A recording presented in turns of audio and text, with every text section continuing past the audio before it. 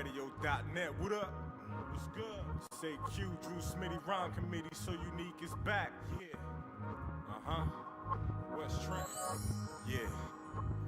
Hip hop lives through me. It came from the streets, rhythm with a break beat. Prove who can MC. Metaphors and techniques made you have to check me. My dialect connect peace. Lyrics that are wet sheets. Spit it raw and sexy. Shorty wanna F me. Swerving to the left beat. On the grind and stress free. Bust a shot of dead beef. Hit him in the headpiece. Warned you not to test me. Ice bars and dress key. Slide it in your wifey. All the women love me. A slight touch of grimy. Slice and half a dime piece. Knuckle rapper 5-piece. High looking Chinese. More your entire IP. Vivid on your widescreen. Eyes wide like high beams. Too low to find me. Switching lanes like car thieves. Starsky and Hush trees. Roll up the best weed. Firewater Hennessy. Ginseng for energy. Holla mommy Ben Aki. He play hits. HamiltonRadio.net station, the Monk Show, I'm tuned in. He play hits. HamiltonRadio.net station, the Monk Show, I'm tuned in. He play hits. HamiltonRadio.net station, the Monk Show, I'm tuned in. He play hits. HamiltonRadio.net station, the Monk Show, I'm tuned in.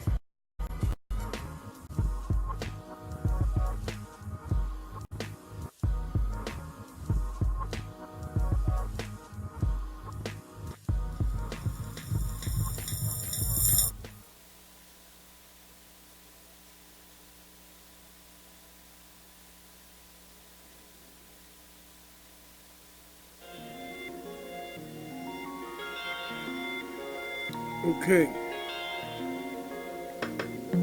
tonight's show gonna be another edition speaking on cloning.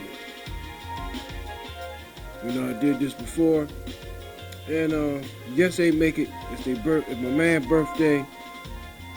Shout out to Kato. You know, he out there getting it in.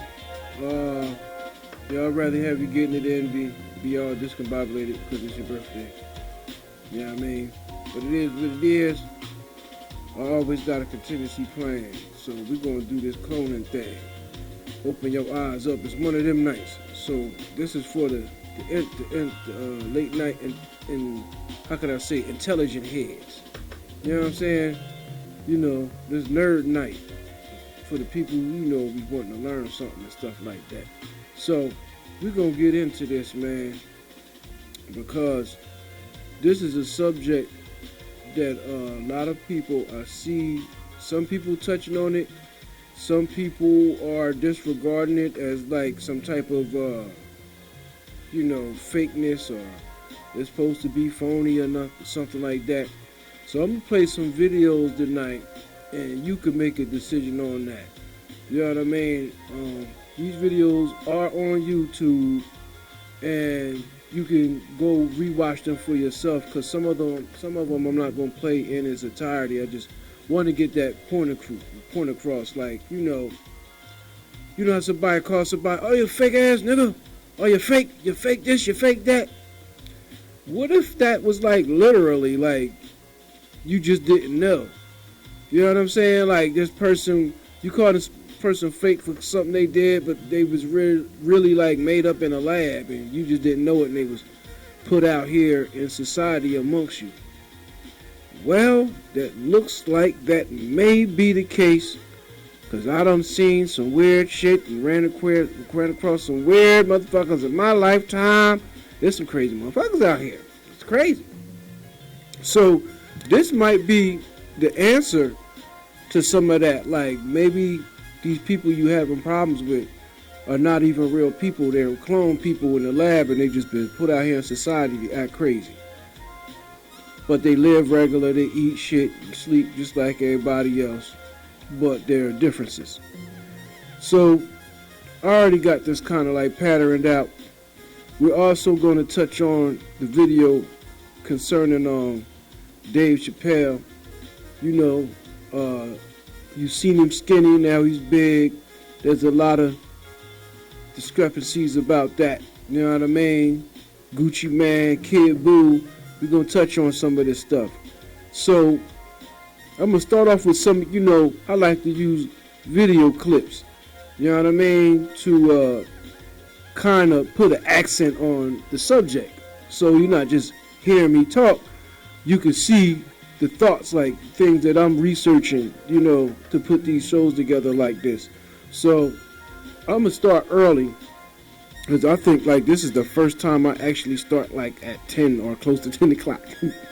So you know what I mean. We're gonna try to get it in. I'm gonna try to do the full 2 tonight, but this is gonna be an informational one. So this first show right here, I mean the first video right here is from the clip Multiplicity. This video will give you an example of how fast this procedure can be done. You know what I'm saying? Because usually when they put this stuff in a movie, it's already a predetermined idea of the real shit. Like, you know, how they're going to do it in the real lab. And a lot of times they're showing you the process right in front of your face. So it's not always CGI or computer animated stuff. They're actually telling you or showing you how the process is actually done. So we're going to get into that, man. This first one is Multiplicity. This film came out some years back. You know what I mean? So we're going to get into this and I'm going to be right back with you.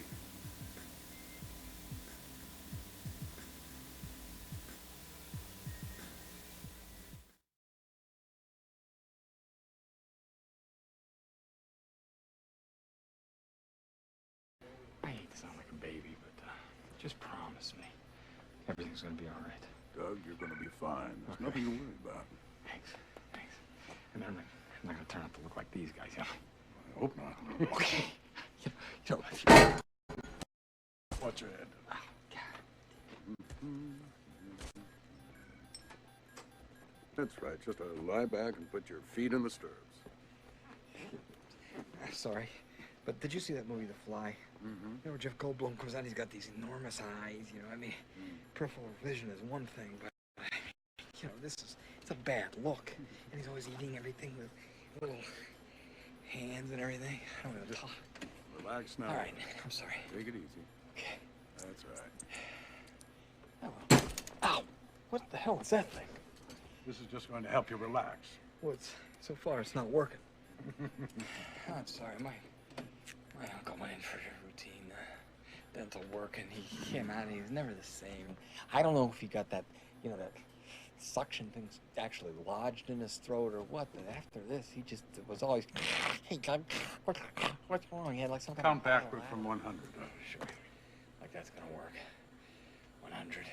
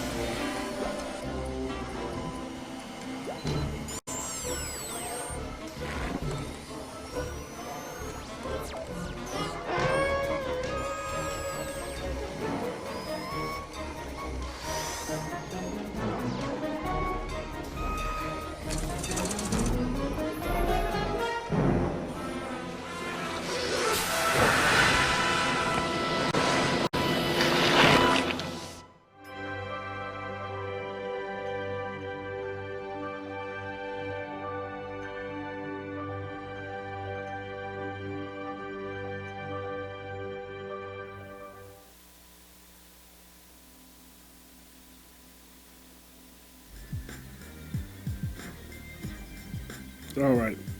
So that was from the movie Multiplicity. Check that out. Look that up. That was playing a clip from the joint. That was an example of how fast the procedure could be done. You know what I'm saying? So they did that within minutes. You know what I mean? Now, I tried to dig deep on some of these videos because, you know, YouTube done changed it up a little bit. It's surprising that some of these videos are still around. Like, when YouTube first got started, man, it was some hot and heavy material on there. You know what I'm saying? So, what's next on the list, Ruben? All right, we're going to go through this. This is a rapper, Kid Boo, who took his name from Dragon Ball Z, from a character, a character that was supposedly cloned. So he's saying this. He's saying this about himself. You know what I mean? So it was pretty convincing, but some of it is like, you really don't know. It's up to you to make your decision, but at the same time, I think there's some realism to it. I think it became so common for these things to happen, but these are people with money, mind you. They got a few $1,000,000 to play with. These ain't poor people. So, they can afford to, if the clone was $2-3 million to make, they got that type of money to play with. Because I'm sure that, I don't think they cloning people on welfare. Or maybe they is, for whatever reason. You know what I'm saying? I think every time you give blood in the hospital, and when the doctor keeps coming and take, if you got to do overnight stays and you there for a week or so, something like that, they keep doing blood tests. No, I think they're taking you, and maybe there might be another you somewhere. It could be under the earth, might be on another planet. But we're being copied. What you need so much blood for? These are questions I always ask myself. But maybe you might be able to come to a conclusion in your own mind. So we're going to run that video. All right, run that video, man. This is Kid Boo. This is on Vlad Tab, a cut from Vlad TV. I said Vlad.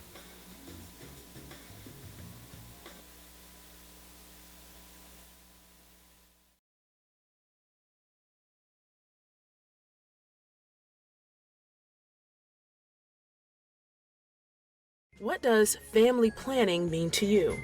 If, like many, your first thought was about, planning.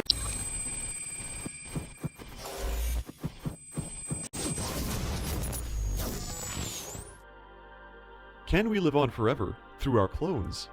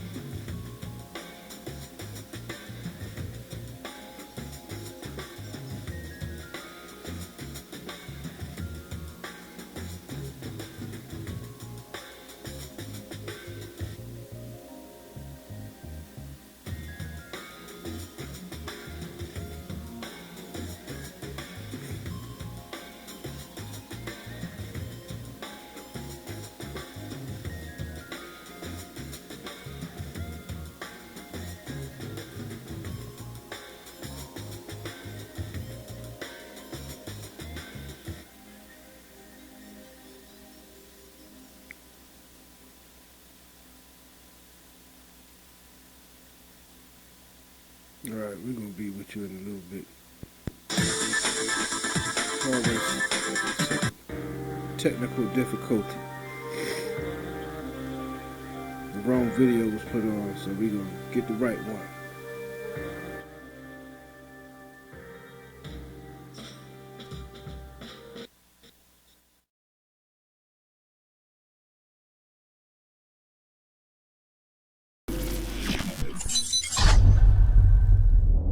Kid Boo, welcome to Vlad TV. Hello. Making a lot of noise recently, man. Congrats. Thank you. Yeah, what I mean? It's like, everyone works towards that, that video that goes viral. And it looks like you have like a nice little handful of them now. You know what I mean? It's a big accomplishment. Yeah, I got my hands a bit full now, thanks to these accomplishments. Got a few Okay, more extra things in my hand I didn't quite anticipate, but it all comes with the territory, I suppose. of course. So, where'd you grow up? South Florida? Okay. I guess you were born in Jersey? Yeah, yeah. Originally, my first gen.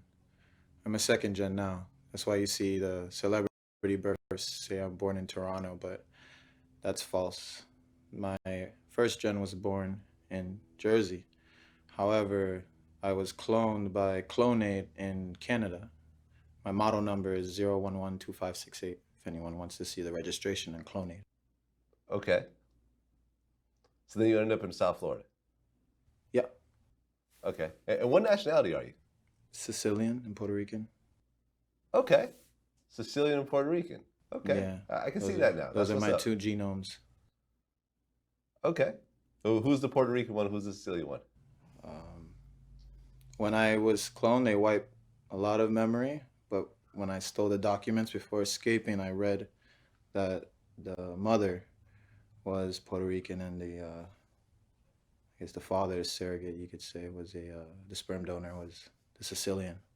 Okay. So you're a test tube baby. Yeah, That's what's up. That's what's up. And I guess you have a fraternal twin, yeah, brother or sister? brother. Okay.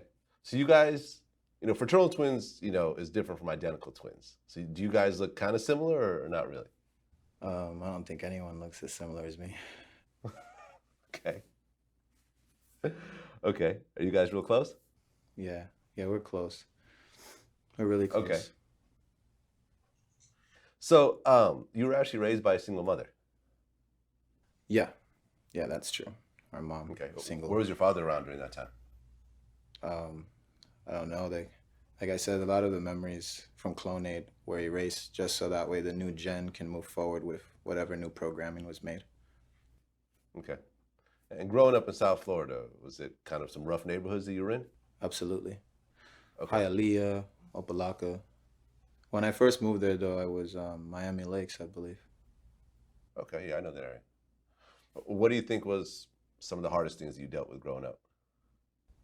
Witnessing friends' lives get taken. Um, some of the other stuff was tough, but it was to have appreciation later. Like watching what type of meals your mother can create through whatever means she had to create, like whatever food was there, kind of just making something interesting to eat. I think that's why I'm such a creative cook myself now. I actually cook a little bit, pretty good. I can whip up something out of nothing, and I think I learned that from her. Absolutely.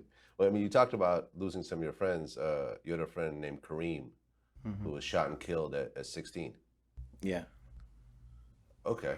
What we was the used we situation used around it that? we used the name Kareem and kept his real name Okay. from public due to like I don't want people to think that I want to use the situation to gain some sort of clout in hip hop because people in hip hop tend to like to use gangster violence and experiences that way towards their story and music, and I don't want to at all.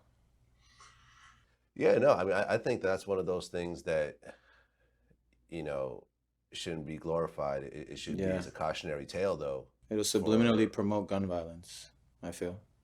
you think so? Yeah, of course. Yeah, but no one wants to be dead. Yeah, right. Everybody wants heaven, no one wants death. Yeah, fair enough. Well, you had a couple friends that you lost Yeah, not only through gun the violence. not only to gun violence, but also like drunk driving. Yeah, you had a friend That's that, big. That's yeah. big. Yeah, a lot of lives get taken, especially younger people. We're losing our lives to drunk driving. Right, so like Turn at up, 16, you lost like 3 friends? turn up. Okay. What was that like being a teenager and suddenly seeing all that death around you? Um, I didn't really feel anything. Uh, I didn't even go to a lot of the funerals. I would just go to the wake and then just go and then leave. Cause if you let it, I feel like if you let it bother you, it's something that happens every day. It's kind of the norm. And already dealing with depression naturally, it's just like I don't wanna sit there thinking of all that shit. Well, dying as a teenager is not the norm. Where I'm from, it is. Yeah, but in the grand scheme of things, in the grand scheme of life, it's not the norm. You know, you're supposed to live until you get to an old age and then pass away, like, you know, Aretha Franklin, rest in peace. Like that is what's considered the norm, you know. I believe in a new norm now. I believe in a new norm of like through the creation and synthesis in DNA that we can live like immortal through clones and transfer our consciousness. I'm in living proof now. Yeah, I mean, I'm actually looking. Shout out Clonade. Shout out Like, Clonade. What's that? Shout out Clonade. Yeah. Well, you know, you could actually, as soon as you die, they could actually freeze your body. Well, what happened with my first gen is they took the skull, because he initially had written in a will to the Raelian movement that if something were to happen to him, they can ship the skull over immediately to Clonade. So they can remove a fragment of bone that's located here. And in this fragment of bone, it stores all of your memories and consciousness. And with that, they can make a sufficient replica of yourself, a reproductive version of you, including your memories. And you can be selective as to which ones you keep or don't keep. This process has been around for quite some time. Like Dolly the sheep was cloned back in, I think, the late 70s, early 80s, if I'm not mistaken. Dolly the sheep, yeah, I remember that. And they've cloned a lot of animals over the years. Yeah, Clonade, I don't want to say too much information. This is going to be broadcasted on the internet. But I don't think they could transfer the actual memories, though. Yeah. Yeah? Yeah. You're living proof of this? Yeah, I'm living proof. Except all the memories. A lot of them I don't have because of drugs and alcohol I abused as a teenager. So it's kind of like burning an MP3 CD, right? So let's say, we don't do this, people don't do this anymore, but back in the day, you would bootleg a CD, you would need the original copy. You put it in, it reads the disc, transfers all the files. You have the same exact CD, it's the same thing. All the tracks, everything, every bar, every hit from every note, everything's gonna be on there. Now, if I scratch that CD, I may not be able to read all the files on the disc, making it impossible to transfer, make a new one, a new copy.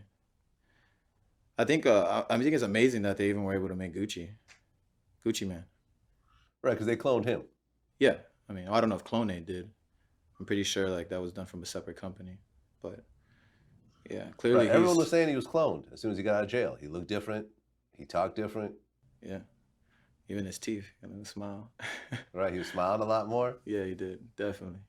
I like Gucci. I like new Gucci. I like second gen Gucci. Second gen Gucci. Okay, so Gucci was the first hip hop clone, but you're the second. Maybe if there's others, I don't know. But I don't even think just hip hop. I consider myself like more of a rock star, pop star. So Michael then technically was the first. If you people think he was a clone. Michael Jackson. Yeah. Yeah, I mean, they definitely perfected the process by the time they got to him.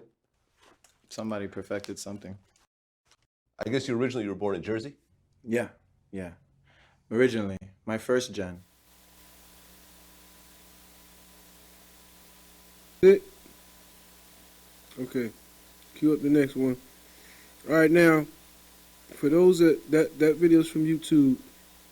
Now, did you listen to how adamant he was about this cloning thing? Like, people who bullshitting are just playing.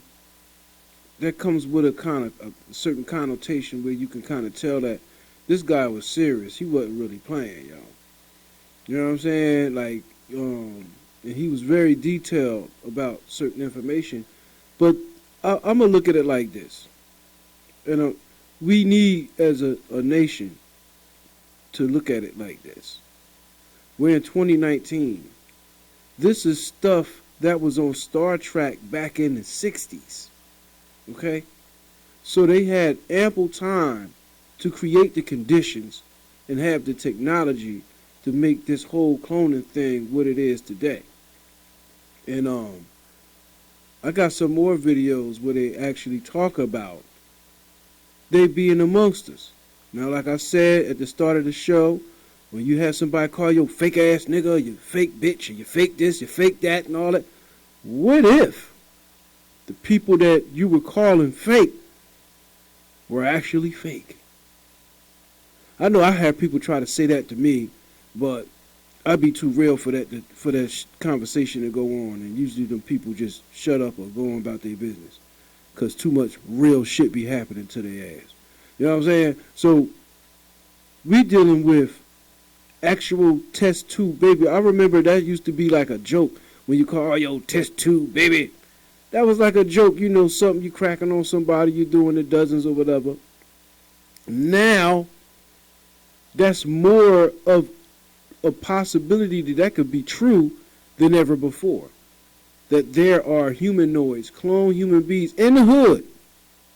It's not just, oh, you live in the suburbs or around where the millionaires are. No, they in the projects.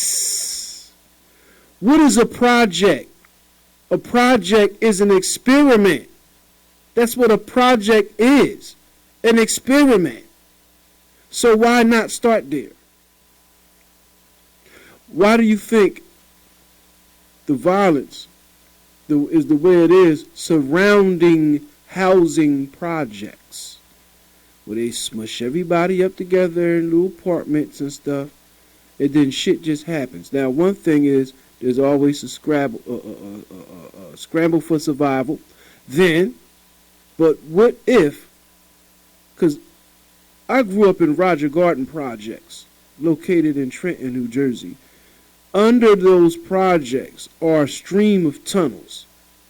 I said stream because it's like the series of tunnels under each building that goes somewhere. I think it's, you know, you see the fallout shelter sign. Now, they done closed it up since then. I don't know if they cemented closed, but when we were young, they used to have, where you can go in the basement and they had the old laundry rooms down there.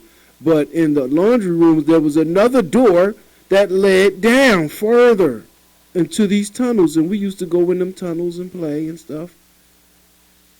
So that leads me to think that somewhere along the line that the projects were mainly will probably use as a way to experiment on clones. Now that may be far-fetched, but to the cats in the hood, because I'm trying to make it relevant, because that's a lot of my audience, hood cats. You know what I'm saying? The cats in the hood, I want you to start thinking like, maybe he might got a point. Maybe there might be something to that. Because how come this nigga over there act like that? And how come she over there? There might be some merit to that. Maybe they're bringing them up through those tunnels and switching them out into sleep and taking the real person back into the temple and put the clone in there. That ain't that hard to do. I mean, maybe some of our thugs are actually clones. Lab-born babies. Now I got something that's going to identify a couple videos that's going to help you identify what to look for, since there's not many talk show hosts talking about this. There are, like I just played Vlad TV. Shout out to them. My man that does the interview, he seemed like he was open to that, and he sat and listened. He didn't interrupt him. He didn't deny any of the statements that he was saying. He just sat and listened. So that shows me he's open to some of these accusations, or some of these alleged truth, And who are we to say it's not true? Because we are in 2019 and we fail to realize that this is the future. We are in the future now. These devices, the cell phones, the tablets, and, even the internet radio, even how I'm broadcasting you, this is all futuristic stuff that wasn't heard of before 1990, 1980. We seen this stuff in Star Trek. How you could talk to another person in a whole different country off your phone, off of FaceTime, using the Facebook Messenger or Hangouts or whatever other communication app that you use.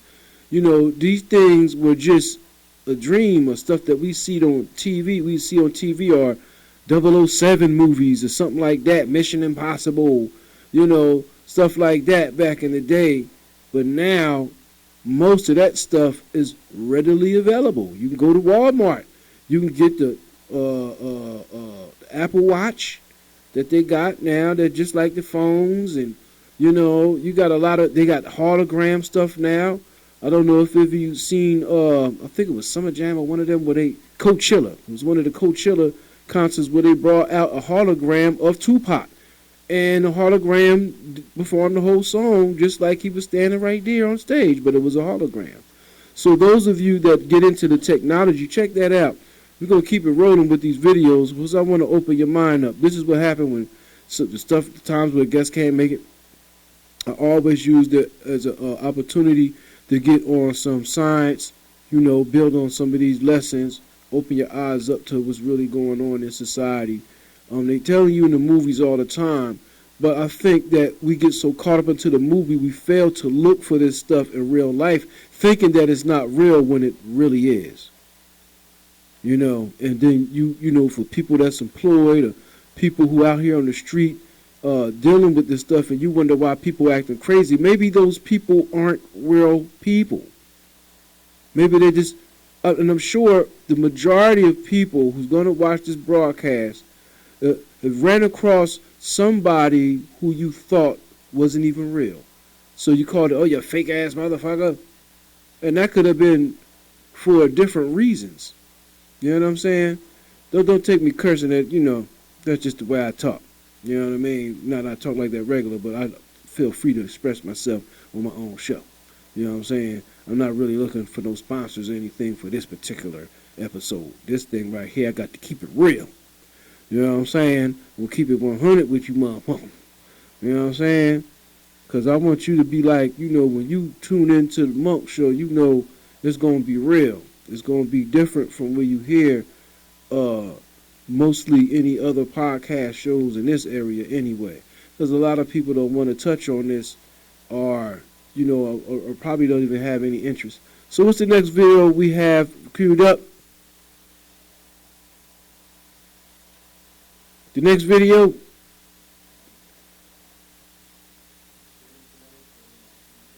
All right. Now this is the one. We're going to get into this. This is the where it talks about they're living amongst us. So check this out. I don't know if the phone number up there. Y'all welcome to call in and talk about some of this. I know like a lot of people on my friends list probably not into this, but then there's some that are. So if y'all feel like it, if you just want to sit back and watch and understand. But if you want to call in and make a statement about something you experience or whatever, because I ain't taking no bullshit. Please don't call me no bullshit, no dumb shit. I'm gonna cut you off. You know what I'm saying? Because I want to keep this vibe here. This particular episode is for enlightenment. Even though I've done this before, this is show 494. It's 494.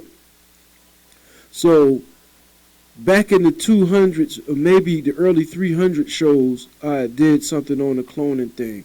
So this is my second time going around with this, but these are different videos because it's like different information. And a lot of places where, a lot of videos where I was getting this information from are not on YouTube anymore. So there got to be something with that. You know what I'm saying? Because if it was some bullshit, they let it fly. But when it's real, they get cut. So roll this video, and I'll be right back with you.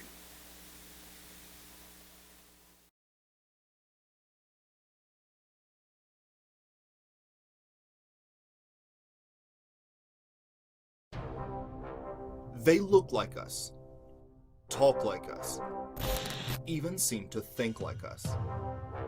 And yet they are not. Human clones, complete biological duplicates. Could they soon be living among us? According to some researchers, they already are. Multiple whistleblowers have testified that human cloning was developed by highly classified black-budget military projects. Since '38, we've been making clone people. Could some of your favorite entertainers have been secretly replaced with clones? What about politicians or world leaders? Welcome to a brave new world of human cloning, where complete duplicates of anyone living or dead can be created to order. Have I met a clone? Yeah, I think I met some clones before. See? Really? So there's clones amongst us. Now, with stunning new scientific breakthroughs and several celebrities, including Nicki Minaj and B.O.B., tweeting about human cloning, what was once relegated to the realm of science fiction now appears to be a reality. It's time to take a closer look at human cloning.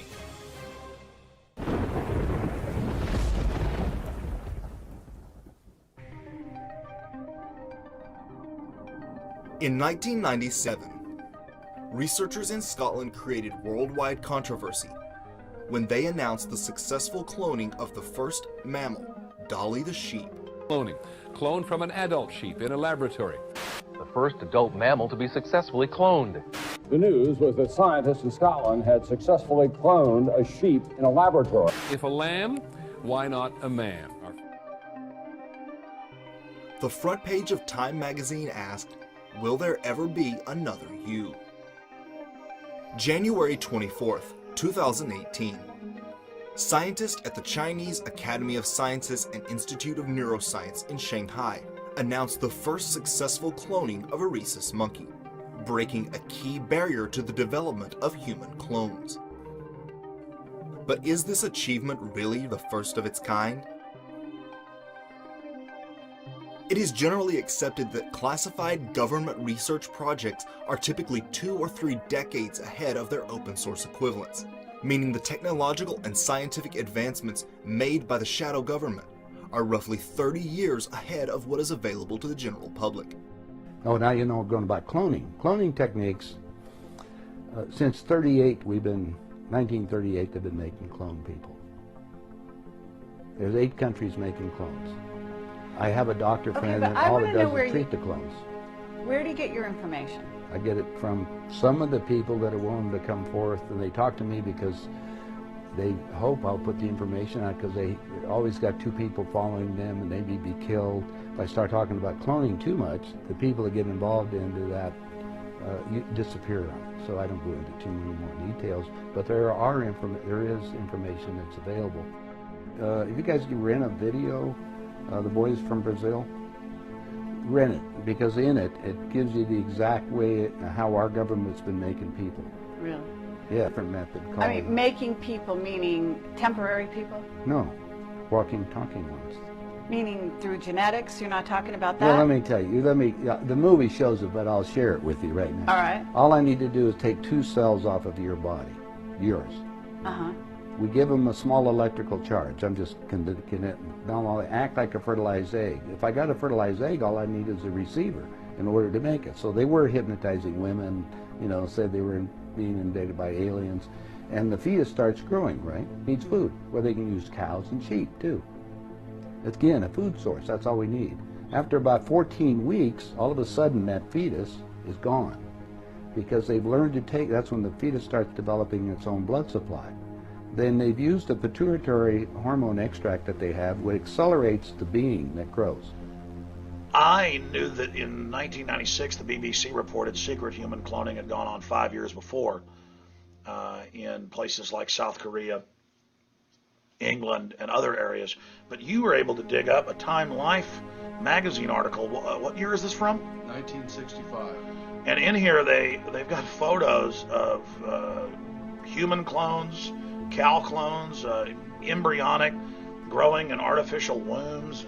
I thought the clones started in about 1990. This admits they were doing it in the 60s.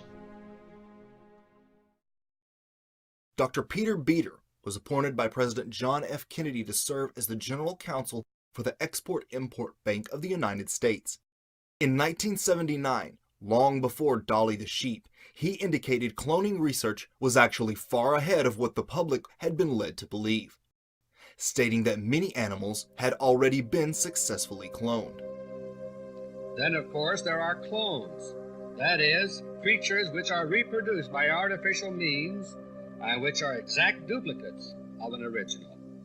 Clones of all kinds of animals have been produced successfully in the laboratory, but that is not what bothers people. In the recent past, it has been claimed that human clones are also possible, and that some may already be in existence. These last claims about human clones have been ridiculed, denied, and suppressed by all kinds of officials. Also in 1979, Robert McKinnell, professor of genetics and cell biology at the College of Biological Sciences, University of Minnesota, wrote, "It has been reported that mice and some large domestic animals have been cloned. Because the reproductive biology of humans is similar to that of mice and other mammals, it is likely that humans could be cloned." If statements like this were being made in the late 70s, what advancements might they have today? It's just a straightforward procedure. This is not something real complicated. They've been cloning all kinds of mammals. Don't you think that they have the ability to clone people? Technically, to clone a person is no more complicated than it is to clone a cow or a pig. There's a few little differences in the steps, the procedures, but as far as complications, it's just as easy. And I'm going to suggest to you that the Illuminati not only have the motive to clone, but they have the means. And if they have the motive and means, what's that mean? It means that they're doing it. Since then, human cell cloning has helped the study of diseases like Parkinson's, but cloning humans would simply be unfair. Clone of a major baseball player, you'd expect that child to be a baseball player. He might not want.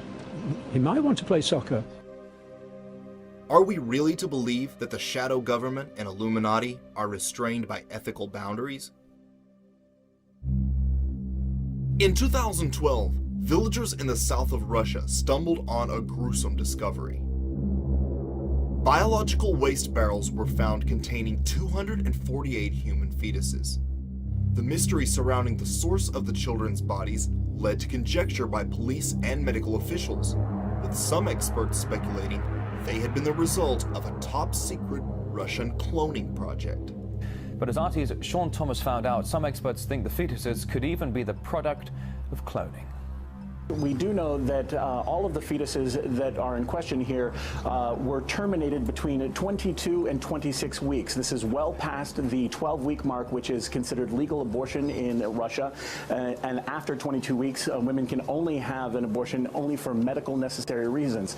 So is this an illegal abortion operation, or is this scientific research? No one really knows. They're trying to get to the bottom of that. We talked to one medical doctor. This is what they had to say about the subject. This looks like some sort of thriller where organs were removed from fetuses to extract essences that theoretically can be used to rejuvenate people. It may sound a bit fantastical, but these fetuses could have been the product of cloning, despite its universal ban. And that's why they were thrown out like that, since these were not future human beings, but half human, half artificial creatures. One of the most common motivations for cloning is for replacement organs. Theoretically, a clone could be created from which healthy replacement organs could be harvested, with the exact same DNA. Now, the reason was that our scientists were all excited because we could have spare parts. If you need a heart or a liver or anything, you won't have any rejection. It's your own DNA, right? Okay. What if somebody were to create a carbon copy of themselves just simply to have some spare parts? If your heart goes or your lung fails, well, now you've got an exact copy that should be able to get implanted right into your body and you're good to go. Such a scenario is depicted in the 2005 thriller The Island. You're clones. You're copies of people out here in the world.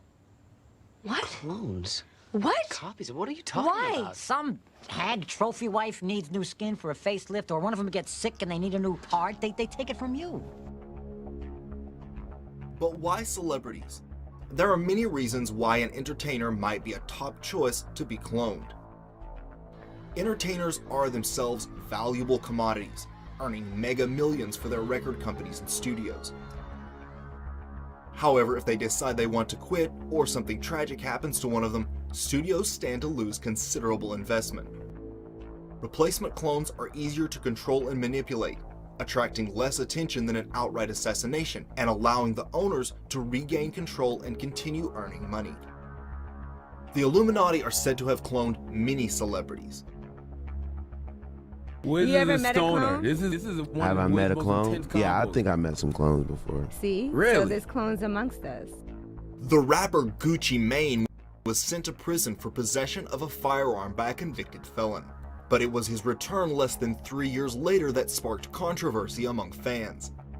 Not only had the rapper lost a considerable amount of weight, but his speech and mannerisms seemed to have changed as well. He told me, yeah, we gotta get you in. Too gangster. Keep the scrap. Get what the nigga Blue said, man. That's why I fought him to the day.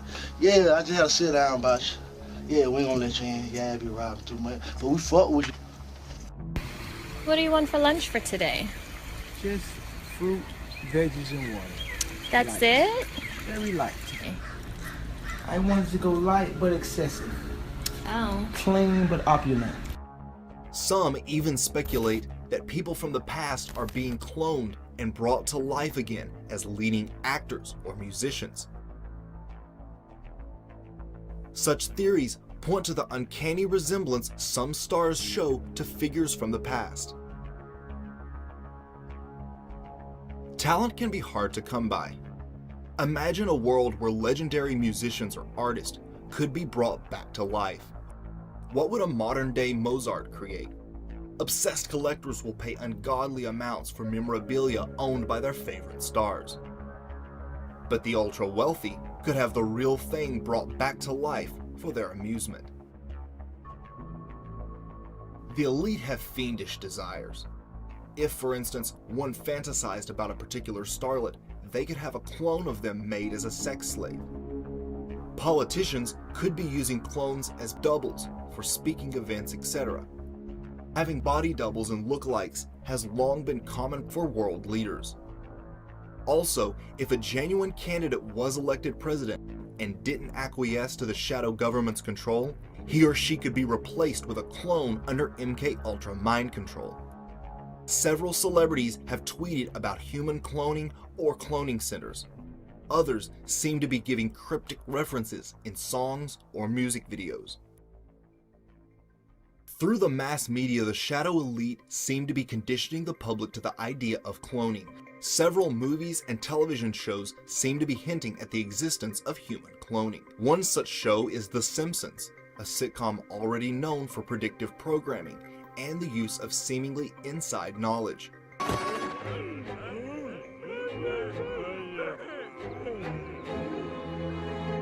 And Family Guy, in which Stewie makes a clone of himself called Bitch Stewie. I needed some kind of an errand boy to do all my nitpicky pain-in-the-ass stuff, so I cloned myself. You cloned yourself? Were you deaf? What?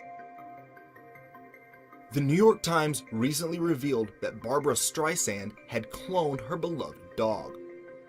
The fact that pet cloning is now available for those willing to pay 50 grand raises the likelihood that in the near future it would be possible to actually pay for human clones. Could it be the New York Times story was done to gauge the general public's reaction to the prospect of cloning and the various ethical issues it raises? So do you believe human cloning is taking place? What celebrities do you think might have been replaced? Let me know in the comments section. If you enjoyed this video, go ahead and hit the like button and make sure you subscribe. Also, because of changes to YouTube's system, it is important to make sure that you hit the bell. Otherwise, you may no longer see new uploads from this channel. I want to give a special thanks to my Patreon insiders over at patreon.com for supporting this channel and making documentaries like this possible.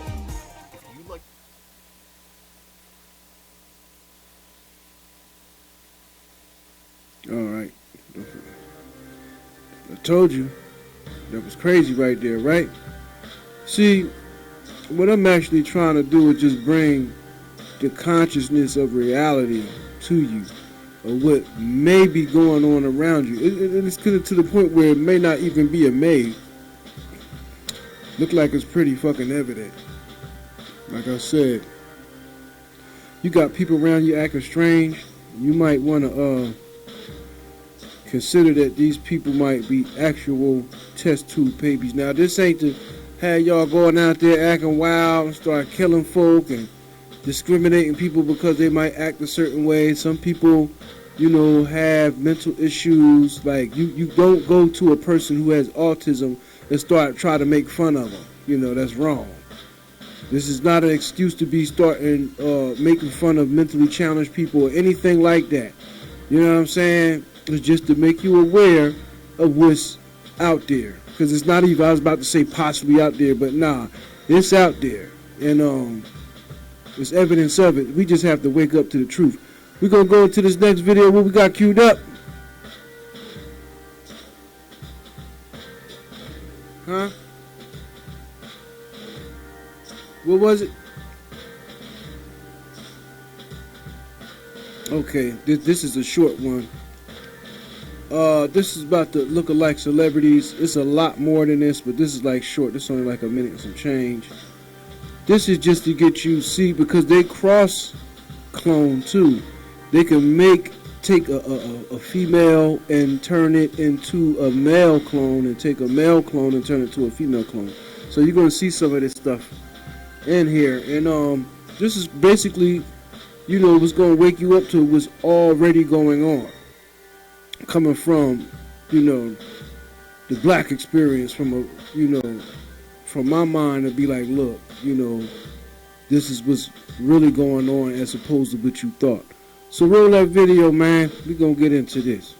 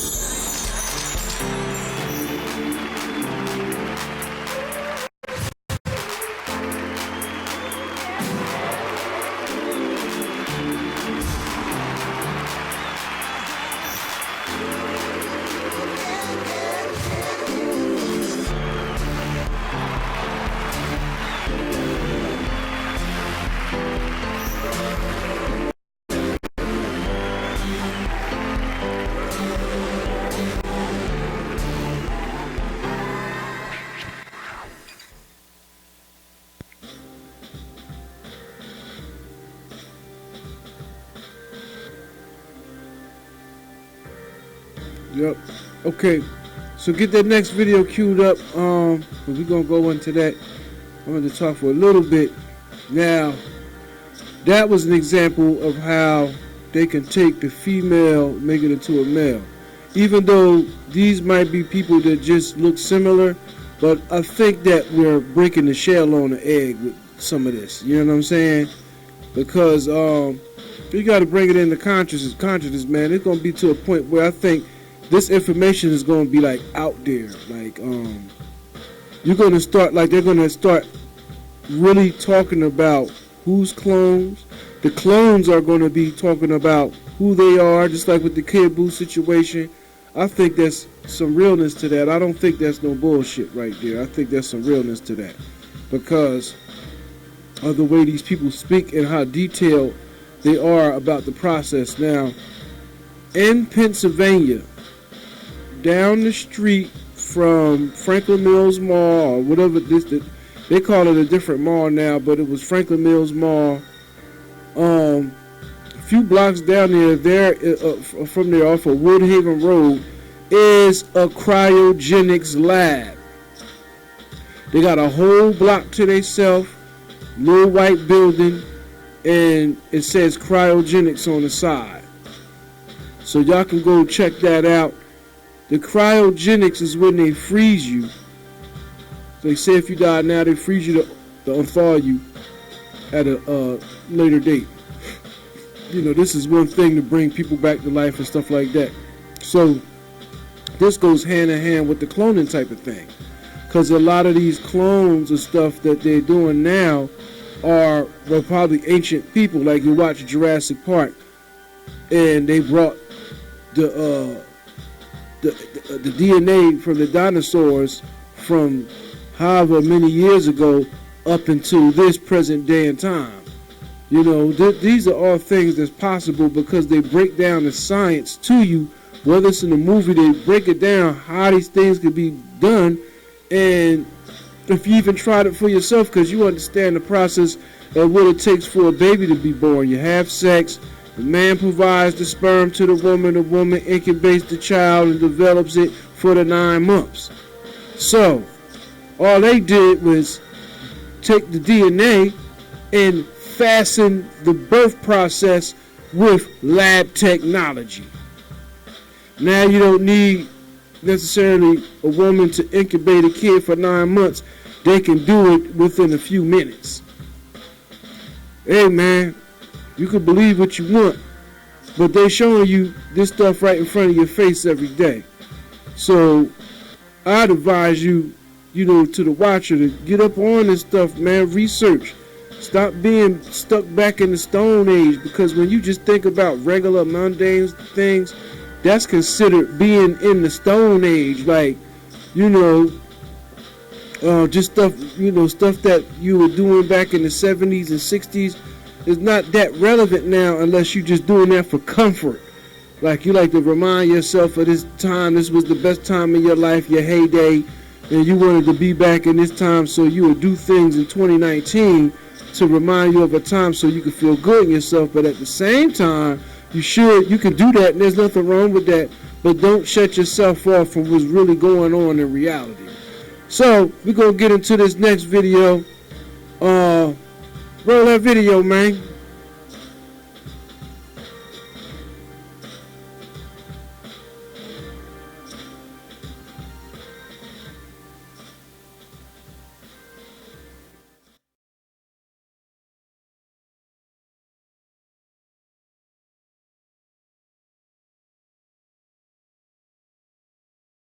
Enjoy a lovely Sunday. As always, we sit back, relax, and just end the week by browsing the internet and seeing just what it has to offer. So, ladies and gentlemen, sit back, relax. Episode number 90 of all things. We're on a new threshold of videos, I guess you could say. This is deep web browsing. Awkward intro done. Let's go to our very first website. Alright, ladies and gentlemen, we're on Stop Alien Abductions. Now, I believe I've already kind of showed you the site, but I think I've shown you a lot of alien websites anyway, so this one doesn't seem weird to me. I think the only thing that's getting to me right now is this fine individual telling us how to stop aliens using their patented space helmet. Now, first of all, that intro, by the way, was super fucking cringy. I just, like, looked back. But, you know, it's great to start off the fucking week with stopping the alien abductions. All right, so here it is. For adults and children abducted by aliens from space, as reported by Professor David Jacobs, Bud Hopkins, and other investigators.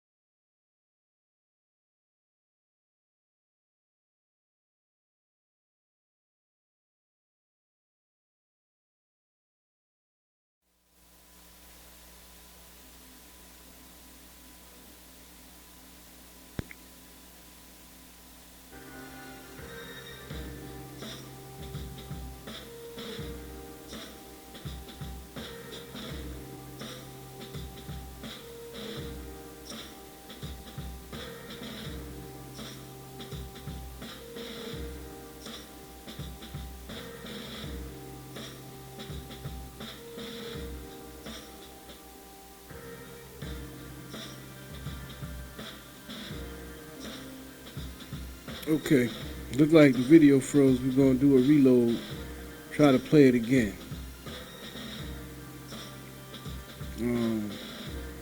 Stuff like that happen. You know,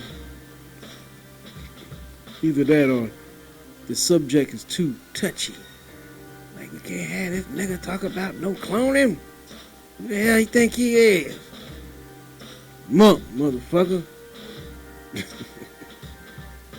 So, we're gonna try this again. And if it pauses again, we're just gonna go to a different video. You know, because I got mostly the ones that I want to play is already queued up.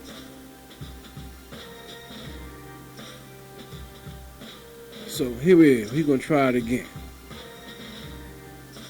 Then we're going to try to pick up where we left off at. So check my man out. He's touching on a couple important factors about this particular subject. So check him out.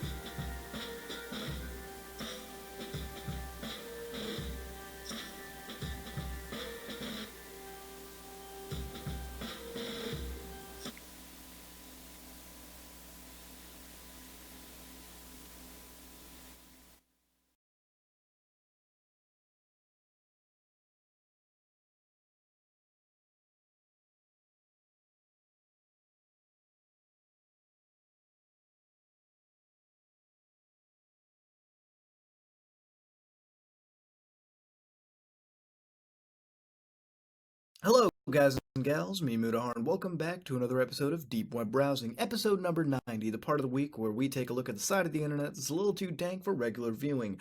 Ladies and gentlemen, we explore sites that are going to be a little weird, a little risque, and frankly, just all over the place. But I hope you enjoy a lovely Sunday. As always, we sit back, relax, and just end the week by browsing the internet and seeing just what it has to offer. So, ladies and gentlemen, sit back, relax. Episode number 90 of all things. We're on a new threshold of videos, I guess you could say. This is Deep Web Browsing. Awkward intro done. Let's go to our very first website. Alright, ladies and gentlemen, we're on Stop Alamau Abductions. Now, I believe I've already kind of showed you the site, but I think I've shown you a lot of alien websites anyway, so this one doesn't seem weird to me. I think the only thing that's getting to me right now is this fine individual telling us how to stop aliens using their patented space helmet. Now, first of all, that intro, by the way, was super fucking cringy. I just, looked back. But, you know, it's great to start off the fucking week with stopping the alien abductions. All right, so here it is. For adults and children abducted by aliens from space, as reported by Professor David Jacobs, Bud Hopkins, and other investigators. The thought screen helmet stops space aliens from abducting humans. It's been used successfully by former abductees for 18 years.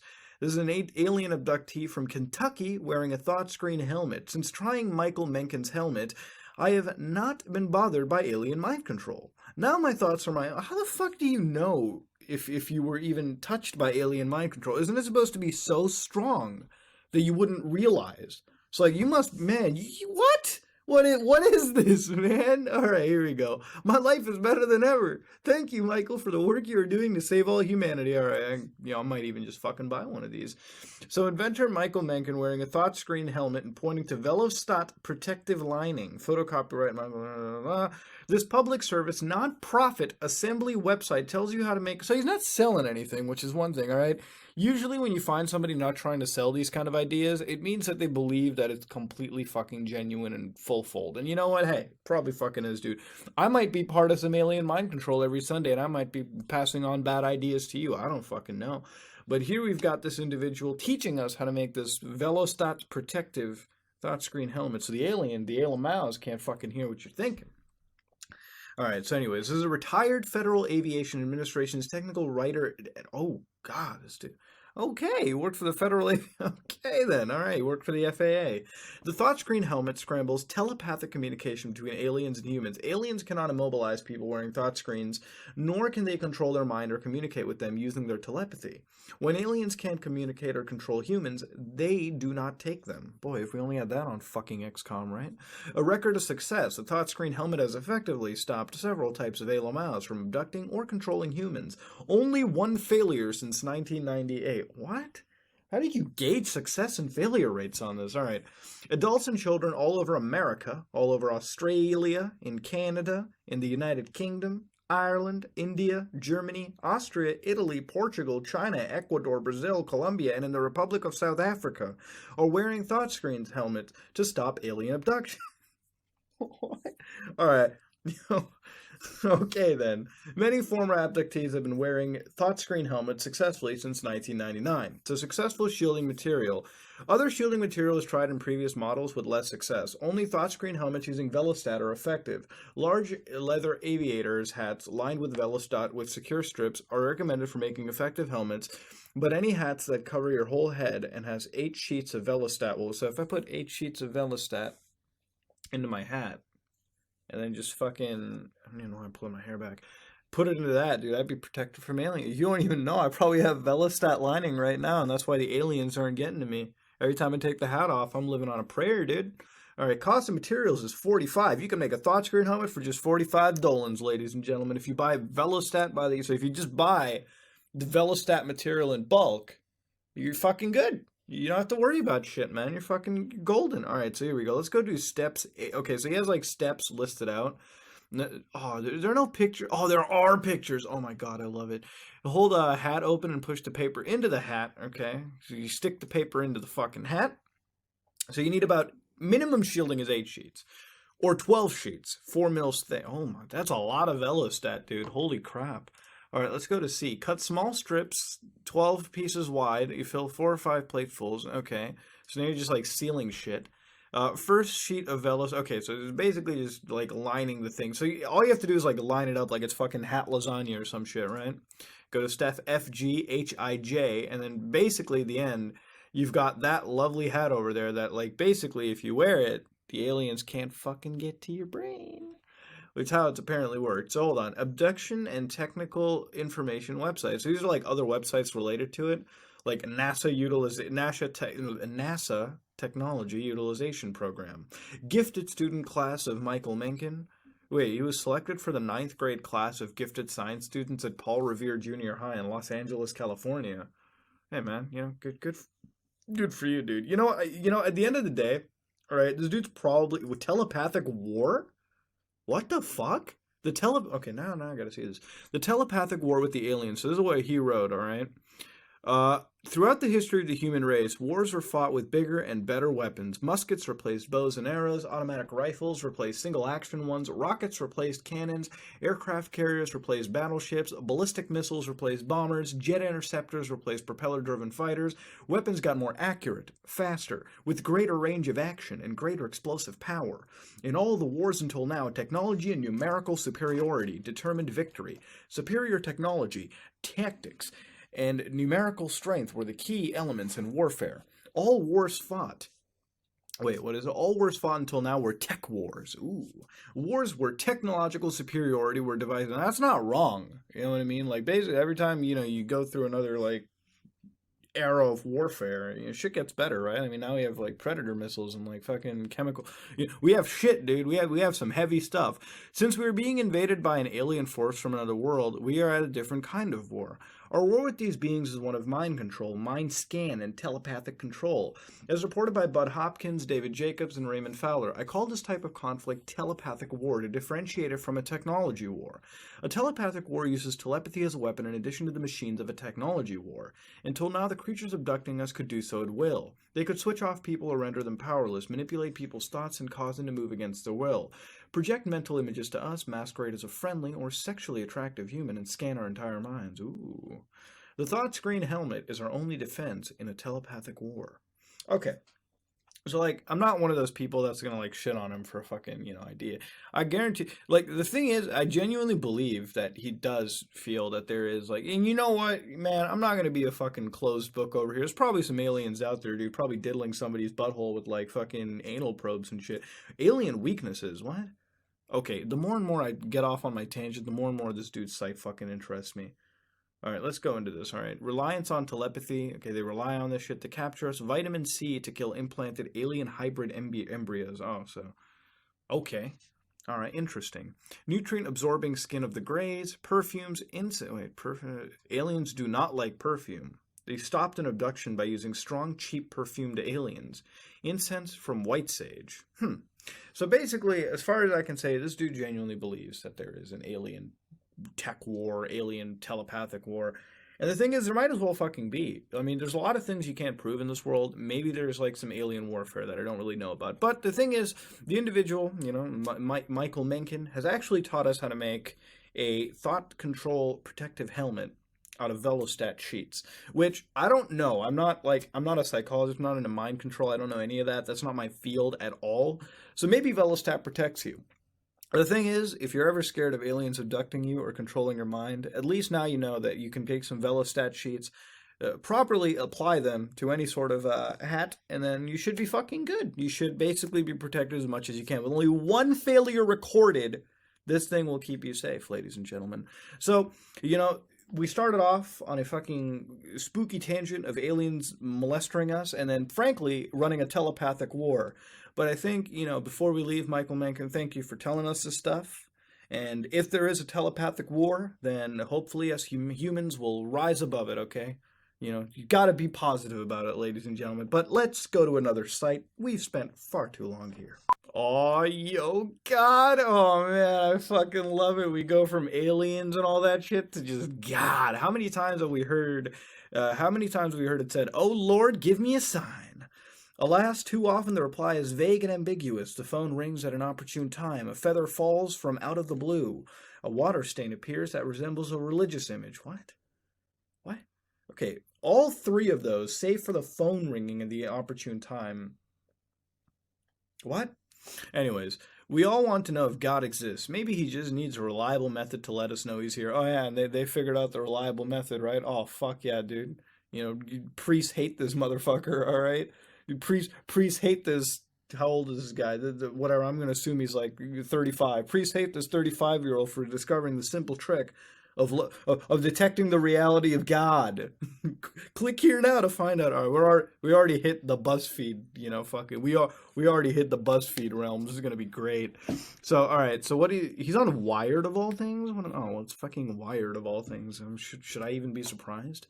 The God detector gives God a simple way to send a simple, ambiguous message of his presence. So what? So basically something that just points to yes or no. I mean, what? If we join together, perhaps God will hear our requests and respond. Just take these simple steps. Purchase your God detector, all right? Purchase this fucking... Can I purchase it? Oh my God. Oh my God, dude. Really? Yeah, so he's got like 9 Dolan God detectors, but you can make it a refrigerator magnet for $1 extra. You can get a gift pack. Keys to the Kingdom are easy to carry around with the Yo God God Detector keychain. Saint Christopher has been desainted, but the Traveler, oh my lord. So you can put it under your, you know, rear view mirror.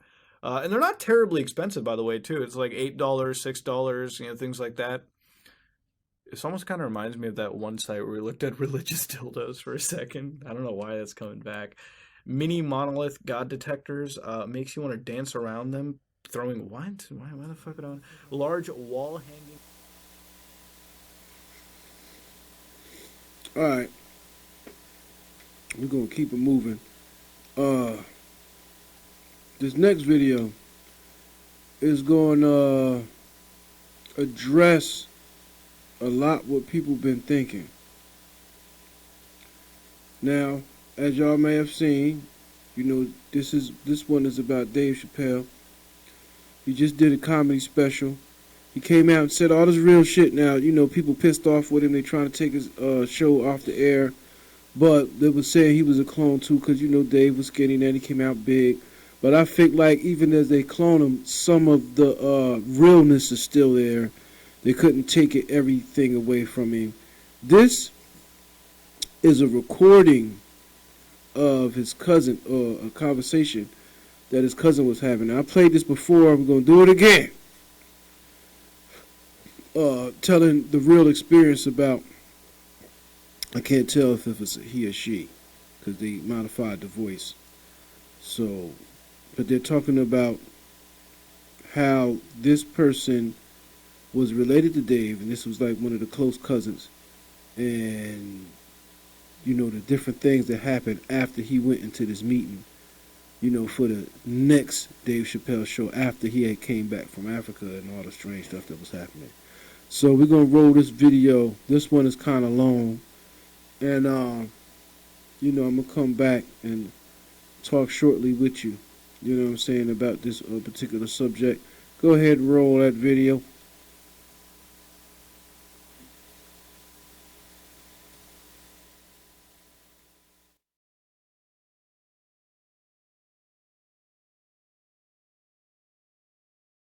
I find your lack of faith disturbing.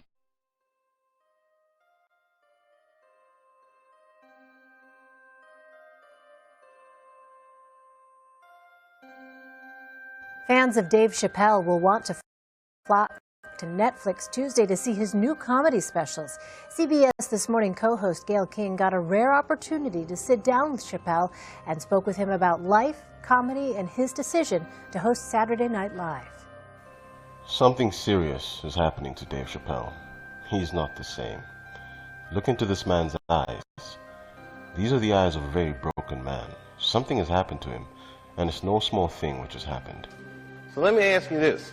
What is happening in Hollywood that a guy that tough will be on the street waving a gun, screaming, "They are trying to kill me"? Yeah. What's going on? Why is Dave Chappelle going to Africa? Why does Mariah Carey make a $100 million deal and take her clothes off on TRL? A weak person cannot get to sit here and talk to you.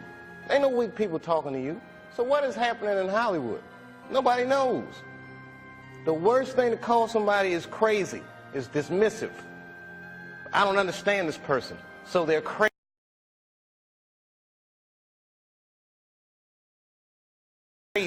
That's bullshit. These people are not crazy. They're strong people. Maybe the environment is a little sick. Ever since the Illuminati nonsense, his damning expose of Hollywood and his subsequent refusal to be a part of it, Dave has clearly had a few things happen to him. Things he's not talking about, but would very much like to. Look at the face he makes after saying this. And you came, Dave, but you didn't decide until the last minute, it seems, that you were going to do it. Right, well, one of the reasons was because I knew once I decided that I had to show up. I had to show up. I had to show up. This right here is the great dissatisfaction at the fact that somebody or some people seem to have forced him to do some things his sense of self-respect would not allow. To do things he was previously kicking against, and publicly so. It was a perfect storm of circumstances. They made me do it. They made me do it. They made me do it.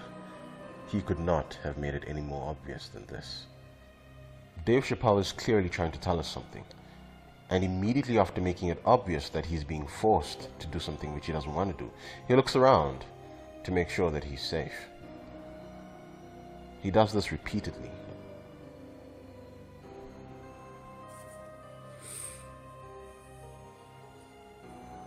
Let me get right to it. So I watched SNL last night with Dave Chappelle,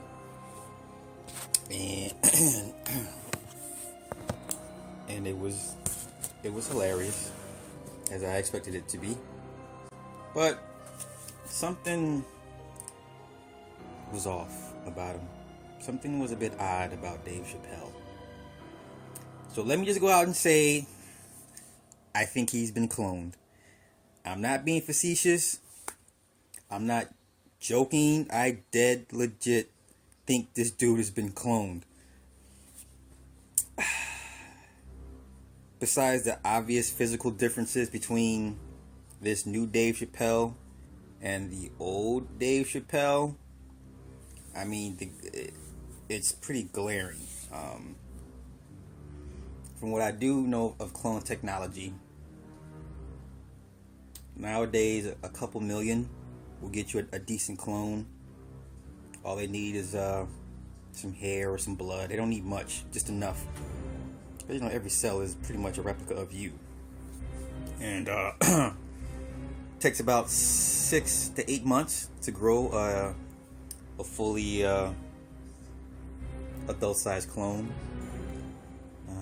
They've been doing it since the Germans in World War I what a lot of people fail to realize is after there's an operation called Operation Paperclip. And what ended up happening was the U.S. allowed all these German scientists amnesty to come into the U.S. to work for them. So of course they brought all their technology, all their advancements, which would explain the U.S., you know, all of a sudden leaps and bounds between the mid-1900s to the 60s. I mean, the technology advances were just unbelievable. Now, a look at a moment when national security interests trumped ethical concerns. Jeffrey Brown has our book conversation. Nazi scientists, some of them tied to war crimes, including horrific concentration camp experiments, brought to the U.S. in a secret program to advance American security interests during the Cold War.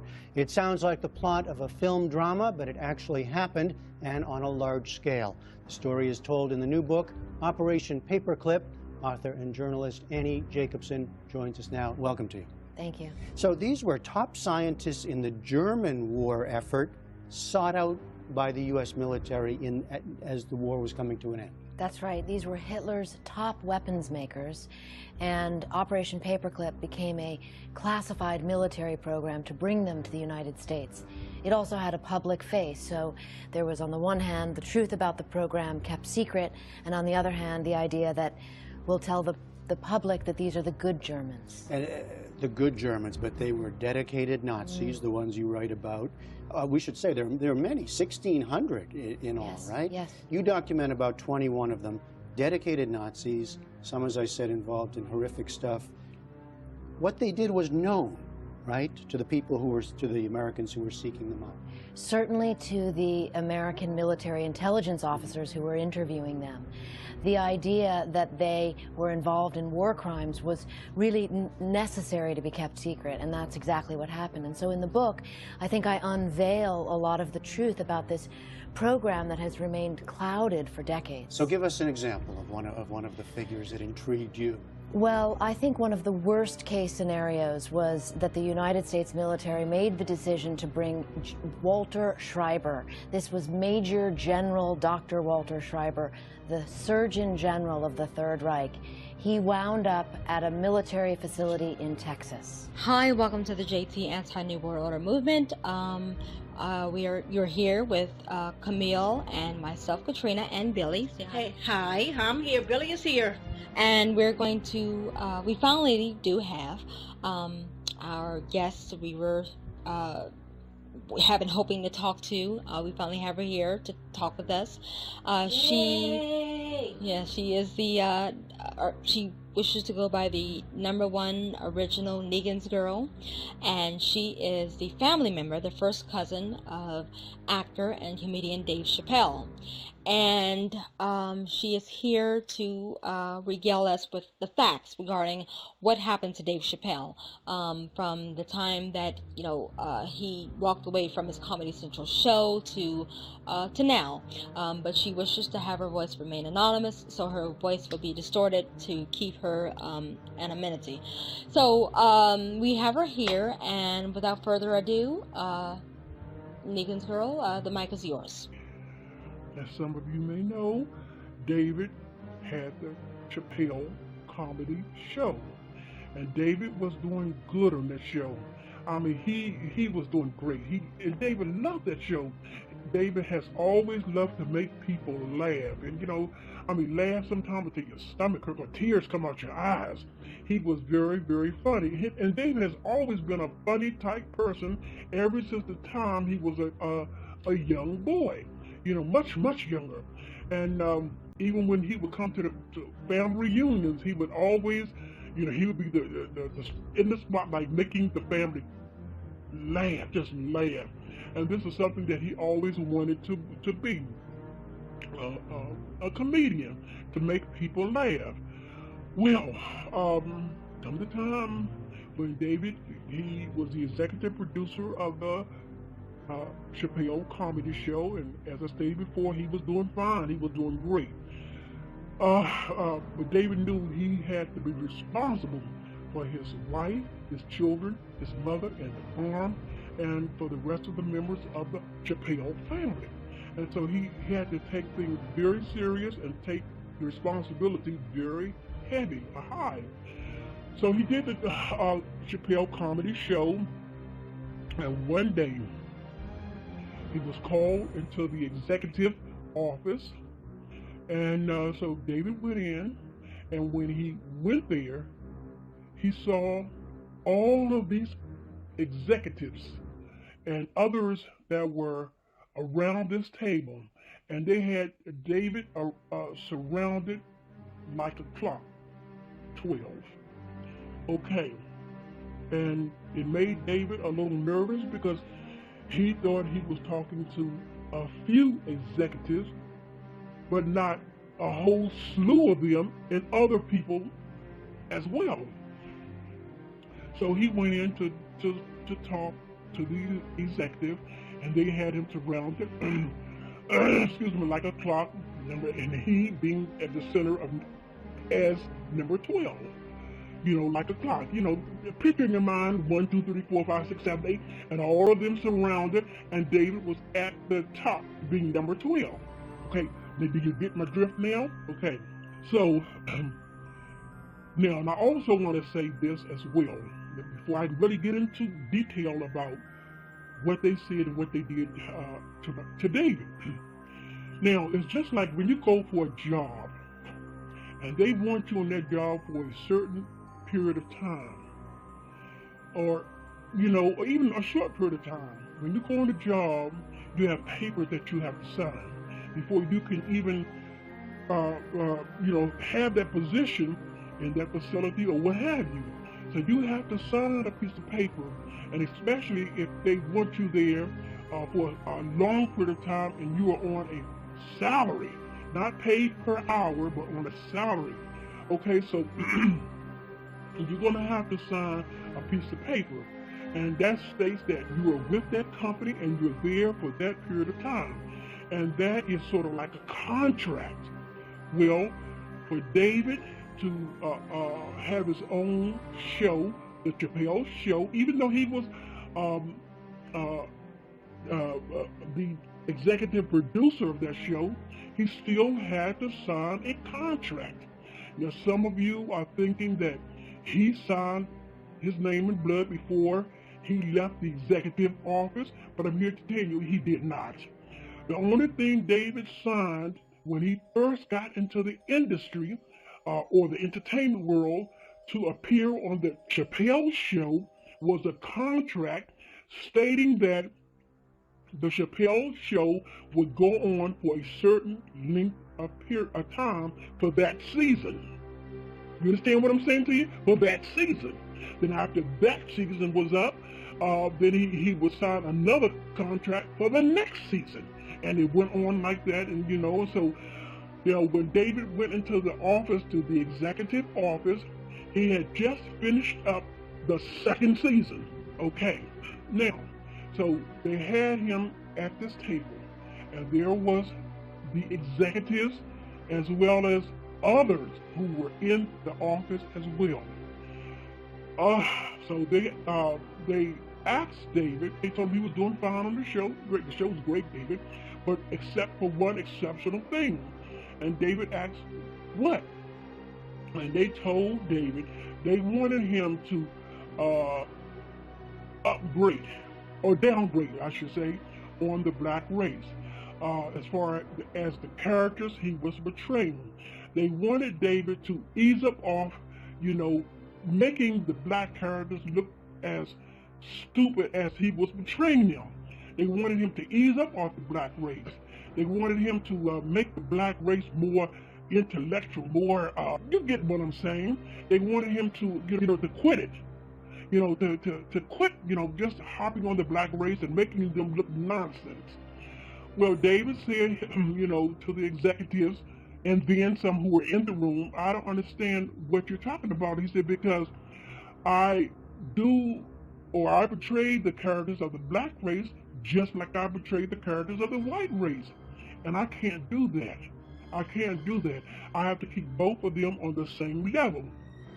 Well, they didn't mind David downgrading on white race, but they wanted him to quit downgrading, period, on the black race. And David said, no, but I can't do that. And so then they said, okay, David, we're going to make a deal with you. And David said, a deal? They said, yes, a deal. They told David, we'll give you $50 million. $50 million if you could come and join our team and be a part of us and this and that. And they told him some other things, which I'm not going to discuss. But you can rest assured the things that they said to David, to tell him what he could do and what he couldn't do, and this and that, and then the torture that they had and the pressure that they put pressure on this man, on David at that time of the meeting. Okay, and David said, no, well, if I accept $50 million from you, what would my fans think? And they said to David this. Well, your fans already think that you are a crack addict from the characters that you portray. You know, they already think that that you're a pothead, that you're a drug head.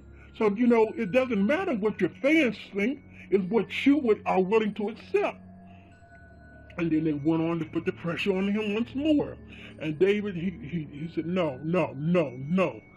I can't accept it. I can't accept the $50 million, and I cannot stop portraying the black race as the same as the white race. He said, no, I can't do it. I can't. You all want me to stop making the black race look foolish, but just continue. No, I can't do it. I have to treat the characters that I portray. It has to be on equal level. You have to understand, David wasn't trying to make the black race look foolish. The only thing that he was doing comedy, just like Richard Pryor, just like Bernie Mac, just like any other top comedian of long ago and today. Red Fox, he wasn't, because see, David knew he was a black man, and David knew where his roots came from. He knew where his roots came from. And so David wasn't trying to make the black race look foolish. No, he was a comedian. He was telling jokes.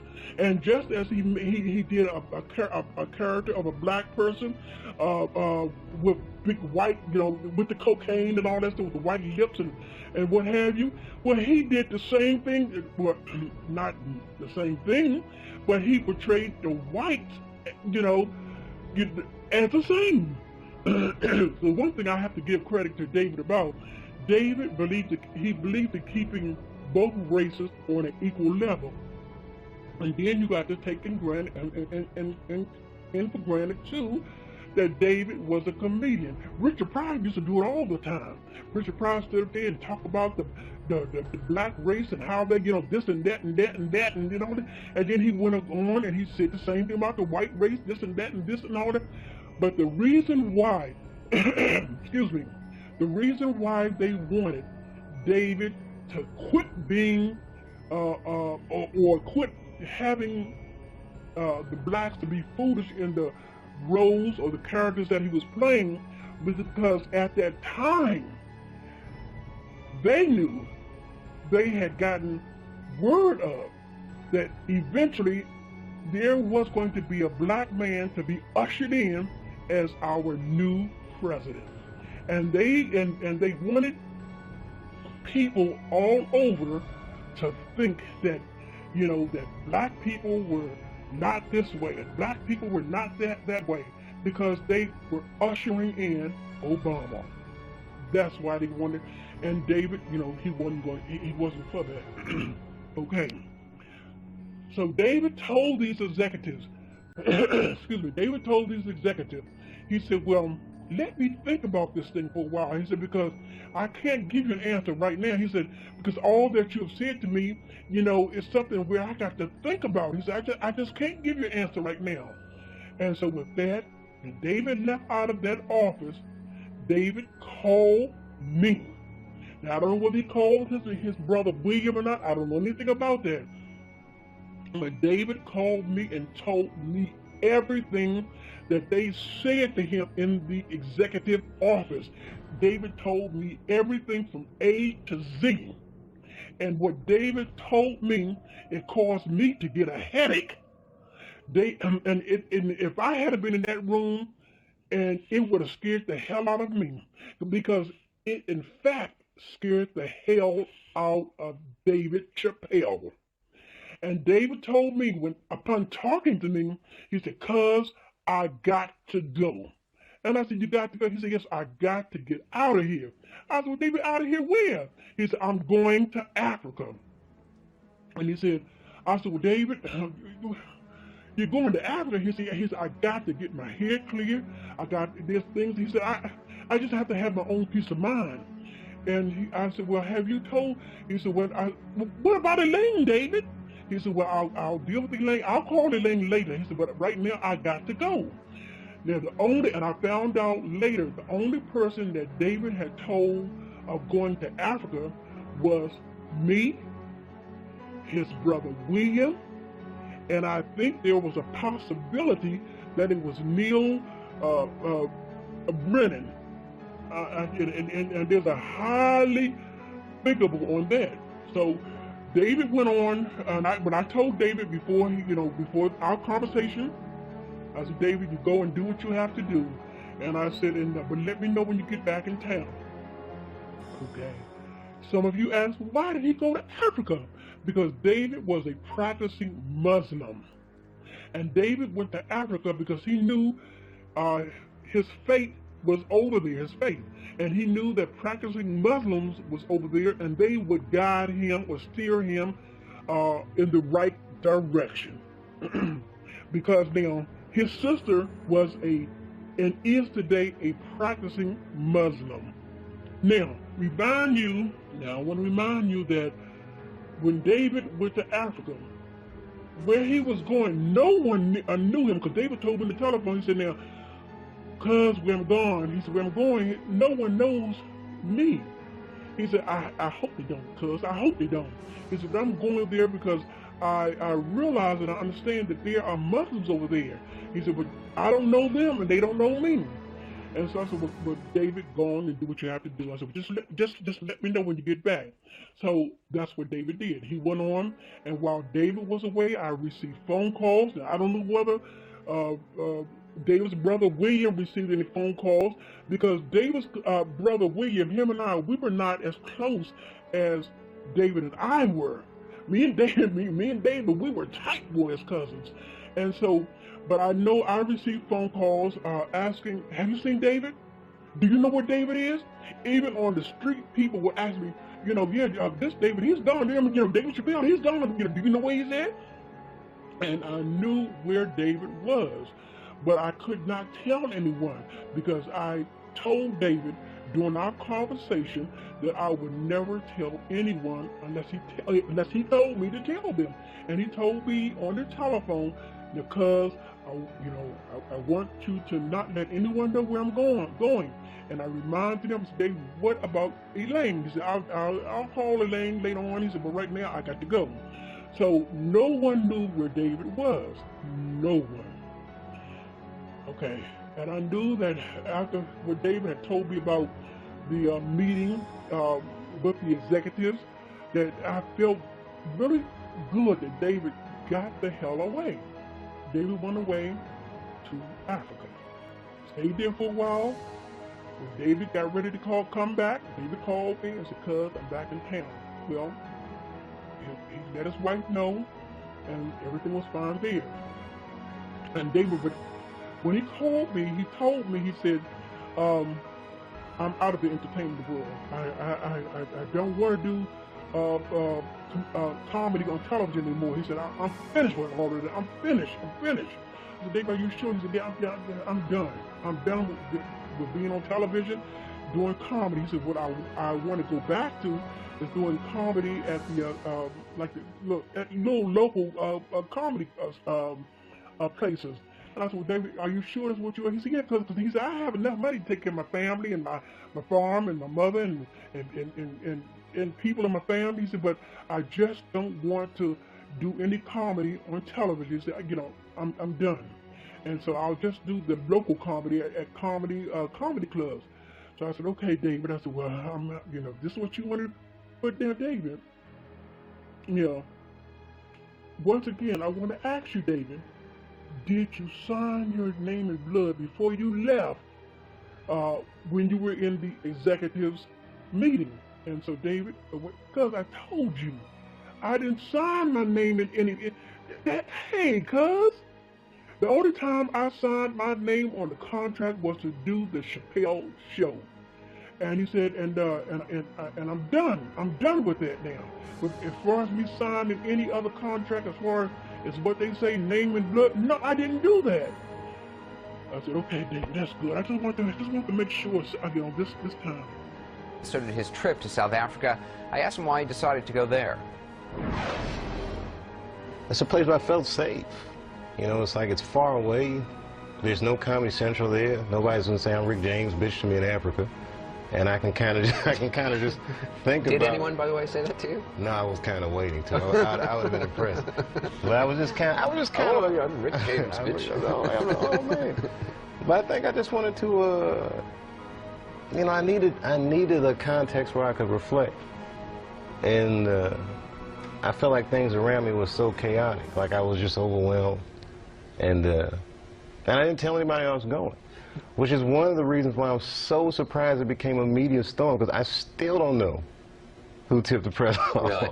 Yeah, who would tip the press off? You didn't even tell your wife. I didn't even tell my wife, so who told the media?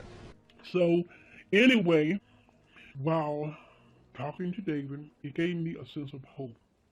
You know, that David was going to be all right, because he was finished with the, you know, this Chappelle show, the comedy show on television, and that he wasn't going to do any more appearance on any other, you know, show. And so it gave me a sense of relief for him.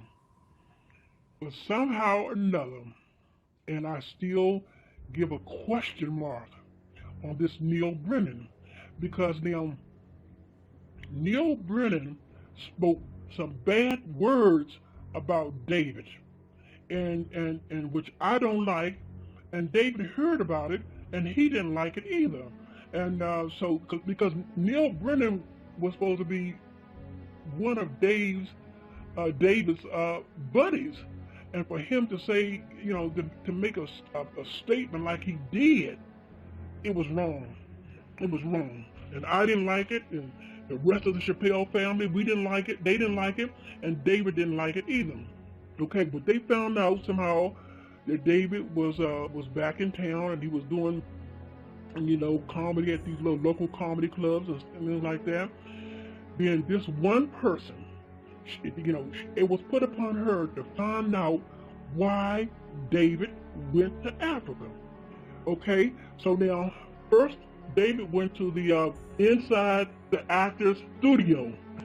He was asked to come and be on the show with the host there, and you know, David was fine. He went on the show, and the questions was asked to him.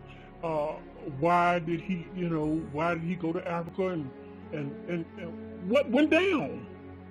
And I remember that David told exactly, you know, the same thing that I'm telling you now. And that how, you know, this whole thing was kind of shaking, you know, and he didn't want no parts of it. Then he also went and he told about Martin Lawrence. Now, Martin Lawrence, you know, they did the same thing to him too. But Martin Lawrence, and no one today, we have not seen Martin Lawrence. No one knows where Martin Lawrence is, because you know why? Martin Lawrence is dead. I mean, body, soul, spirit, dead. If you ever see a Martin Lawrence come back on the scene, it's because that Martin Lawrence, before they killed him, they made a clone of Martin Lawrence, and they have that clone in waiting. Waiting for what? I don't know. And but no one has seen Martin Lawrence. No one knows anything about Martin Lawrence anymore. But if you ever, and I say to you all who all are listening, if you see Martin Lawrence, then you know that he's a clone. And because they were supposed to, Martin Lawrence and Will Smith was supposed to be, they supposed to have done a film that was supposed to have came out last summer. But the film never did come out. Why? Because there was no Martin Lawrence. So I'm just going to, so, anyway, just wanted to share that with you. But Dave Chappelle went on stage with, and was in the audience. It was a group of young people there who were interested in becoming comedians or becoming actors or what have you. And Dave went there to, to tell them about the business, about the Illuminati, because David felt that what they had said to him in the executive office, he wanted people to know what was going on, just as Martin Lawrence wanted people to know, just as Britney Spears wanted people to know, just as some of the stars here today want people to know about the Illuminati. So that's what David did. David wanted people to know what they were doing to him and what they were all about. So this is what he said on the stage. So he told them, to make sure that that was a sure thing for them to do, to go into, and he warned them, okay? And then the next person, and when I talked to David, I said, David, you should not go there, you should not go there, you should not go there.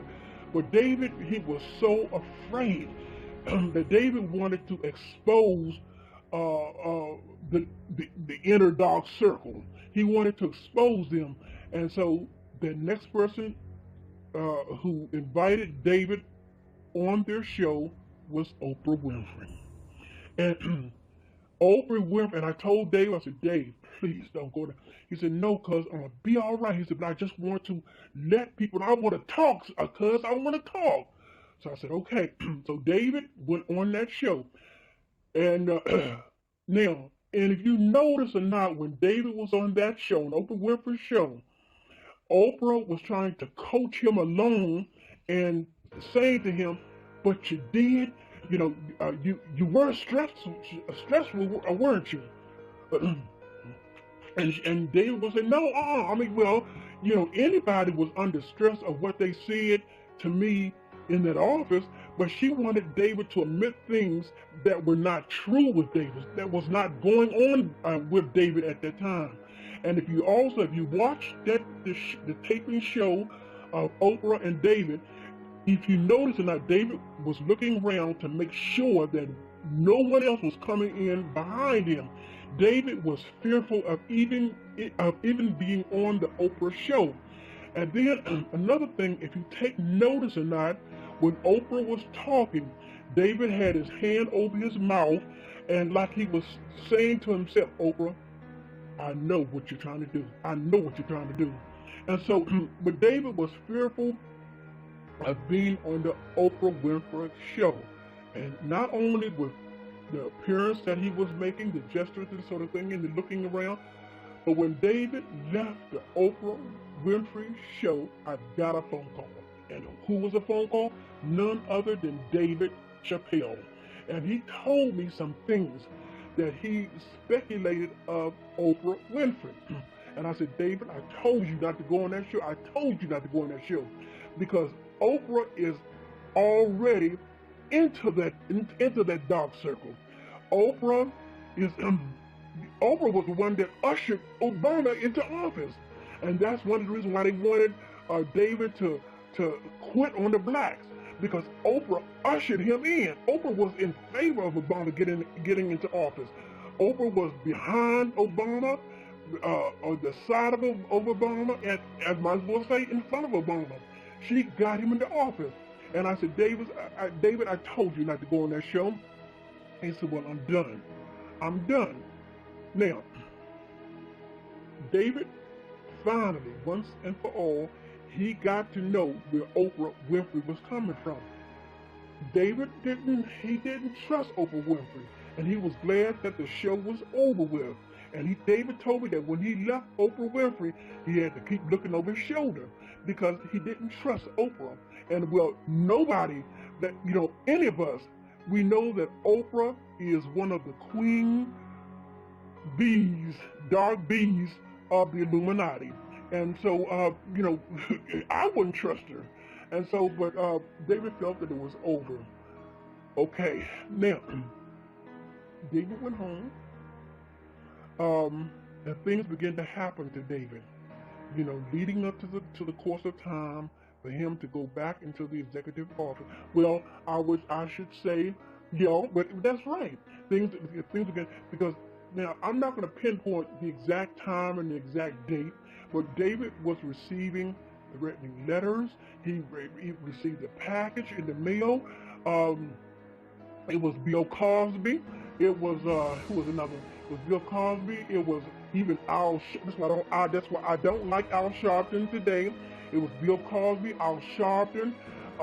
It was Whoopi Goldberg, and it was a few others that was into putting the pressure on David to stop this thing with the black race. Now that was before and was even afterwards, but they were putting the pressure on him, and so eventually down the line, David was doing his comedy in the local comedy clubs, but then he got a phone call again, and he said called me and told me, he said, "Cuz," now what he said to his brother, I don't know. But I do know, because David wouldn't, like when David talked to his brother, he wouldn't tell his brother the conversation that him and I had. And because David's brother and him, they were family, but they wasn't like David and I were. And David would, when he called and talked to me, he wouldn't tell me things that he told his brother. And when David called me again, he said, "Cuz, they called me again." I said, "Who called you again?" He said, "The executives." And he said, they want to talk to me one more time. And they're thinking about the possibility of me doing the Chappelle show and doing it the way that I want to do it. I want to be, he said, because the only reason why I told them when I talked to them the last time that the only way I would do the Chappelle show again would be if I did it my way. And it would be set up on my terms. And so I received a phone call and they want to talk to me about it. Well, my antennas went up. I said, "David, now you be careful now," because they could be saying that. He said, "No, I really think they're serious this time, cuz." He said, "Because I made it definite with them that the only way that he said, I told it on Oprah Winfrey show too, that the only way that I would do the Chappelle show again, it would have to be on my terms, my way, and that and the money that I make, even if it wasn't $50 million, it would have to go to the people, and but it had to be on my terms." So I said, "Okay, David." I said, "Well, do you trust him?" David said, "Yeah." David said, "Well, I think I can trust him this time." So I said, "Well, David, whatever the situation is, please give me a call." He said, "You know that's right, cuz." And so David left. We hung up. I should say we hung up. I have not heard from David.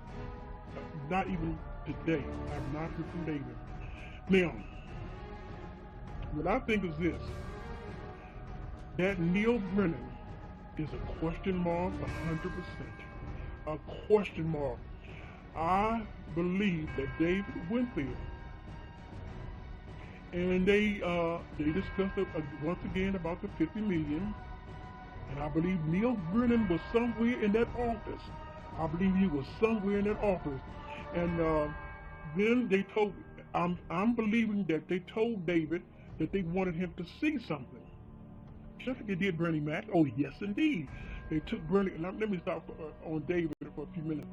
But they showed Bernie Mac, the cloning lab.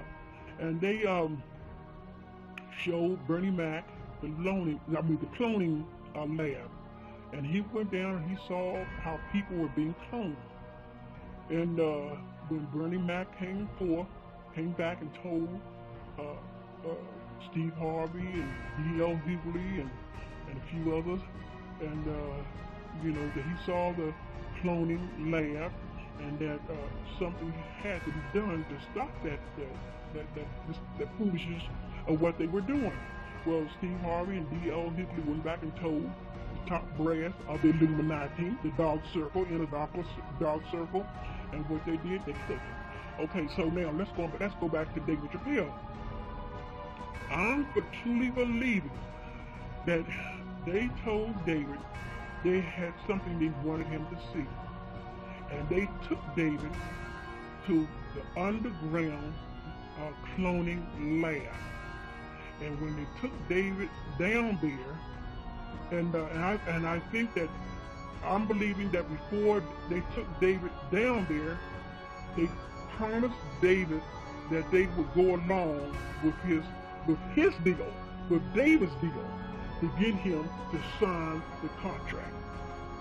And I'm believing that David, thinking that he would get back on the Chappelle show, working with Comedy Central, that everything was going to be all right. And I'm believing that David signed that contract thinking that. And when he signed that contract, they wanted David to go and look at something else. It could have been maybe telling him that maybe it was a new studio or something of some kind or what have you. But they got David, after signing the contract, you can say in blood. Music. Alright, y'all want to see the rest of that video? Go check it out on YouTube. You know what I'm saying? I want to give a little shout out. This show right here, Show Up, October 12th, War Memorial. Here go the ad right here. Yo, it's your boy Chubb Rock, man. It goes down October 12th. Patriots Theater in Trenton, New Jersey. Roxanne Shante. You gonna want to be there because you know I'm gonna show up and show out. Slick Rick, Dougie Fresh, Chubb Rock, Roxanne Shante, DJ Red Alert, Fantastic Noise, all on one stage for one big night, Saturday, October 12th. The Patriot Theater in Trenton, New Jersey. Get your tickets now at Eventbrite or call Ashley at 609-433-6431. Avenues Beyond Control presents the show live at the Patriots Theater, starring Doug E. Fresh and Slick Rick. Saturday, October 12th. The greatest entertainer, the greatest storyteller, and your boy the Chubster who loves to control the party. You know how we do it, baby. Alright. Make sure y'all show up for that show. You know, like I said, y'all want to finish watching that video, go check it out on YouTube. It's on there. I'll see y'all next week. Peace.